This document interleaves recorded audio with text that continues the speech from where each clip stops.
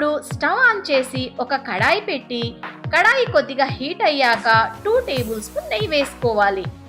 నెయ్యి కరిగాక పక్కన పెట్టుకున్న సొరకాయ తురుమును కూడా వేయాలి. సొరకాయలో ఉన్న వాటర్ మొత్తం డ్రై అయ్యేదాకా 5 నిమిషాల వరకు గరిటెతో కలుపుతూనే ఉండాలి. 5 నిమిషాల తర్వాత ఒక స్పూన్ నెయ్యి వేసి ఒకసారి బాగా కలిపి మూత పెట్టి 3 నిమిషాల వరకు బాగా వేగనివ్వాలి. 3 నిమిషాల తర్వాత కాచిన పాలు ఒక టీ గ్లాస్ అయితే పోయాలి.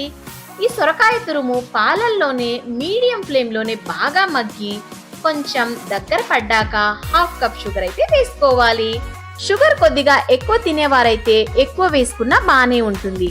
కానీ నేను చేస్తున్న క్వాంటిటీ ప్రకారం చిన్న సొరకాయ కాబట్టి హాఫ్ కప్ వేసుకుంటే సరిపోతుంది. ఒక 2 టేబుల్ స్పూన్స్ ఎక్కువ కూడా వేసుకోండి. ఇప్పుడు లో ఫ్లేమ్ లోనే షుగర్ మొత్తం కరిగే వరకు షుగర్ ను కరిగించుకోవాలి. పంచదార మొత్తం ఇలా దగ్గరగా ఎగిరేలోపు 2 డ్రాప్స్ గ్రీన్ ఫుడ్ కలర్ ను వేసుకోవాలి. ఫుడ్ కలర్ కంప్లీట్ గా ఆప్షనల్ మాత్రమే అండి.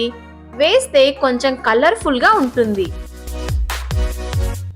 ఇలా పంచదార మొత్తం ఎగిరిపోయాక స్టవ్ ఆఫ్ చేసి పక్కన పెట్టుకోవాలి. ఇక లాస్ట్ ప్రాసెస్ ఏంటంటే స్టవ్ మీద చిన్న కడాయి పెట్టి 2 స్పూన్స్ నెయ్యి వేసి నెయ్యి కరిగాక జీడిపప్పు, కిస్మిస్, క్రష్ చేసి పెట్టుకున్న బాదంను కూడా వేసి దోరగా వేపుకుని ఇక సొరకాయ హల్వాలోకి వేసి బాగా కలిపి సర్వ్ చేసుకుంటే ఎంతో రుచికరమైన సొరకాయ హల్వా అయితే రెడీ అయినట్టే. ఇంకెందుకు లేట్, మీరు కూడా ఒకసారి ట్రై అయితే చేసేయండి.